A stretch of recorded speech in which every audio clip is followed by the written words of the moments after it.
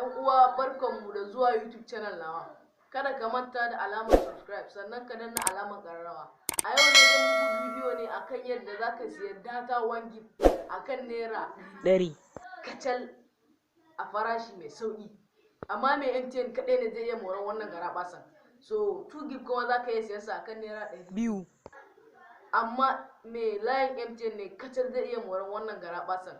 Na Zen kuma na Airtel kuma a bidiyon mu na gaba zan nuna muku yadda za ku je ku siye shi. Kar ku manta da alamar subscribe sannan ku danna alamar ƙararrawa. Sai mun haɗu a bidiyo na gaba. Mu je zuwa. Shine za ku zo ku shiga wajen phone wajen kira. Bayan mun shiga wajen kira kamar haka, mun jira ya dan bude sai mu danna ga pin din da za mu danna zan wannan naku. Zan ajiye muku link din pin din a description na. Za ku sa *460*600# ka tabbatar layin ka MTN ne kafin ka gwada wannan abun. Za su baka 2 gig akan naira 200. sai a gani bari mu danna.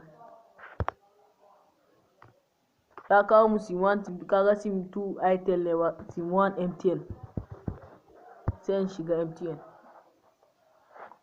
kun ga nan ba wannan ba, kun ga abin da aka rubuta pay 200 and get 2 gig to access.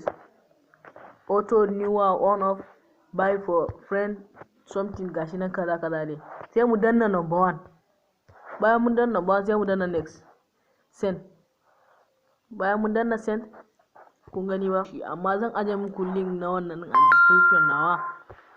So ga abin da suka wannan ba, dear customer gashi nan something kaza kaza.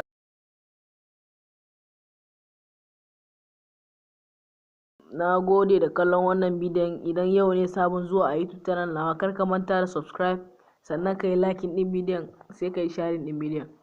Ina alfahari da ku. Wassalamu alaikum wa rahmatullah.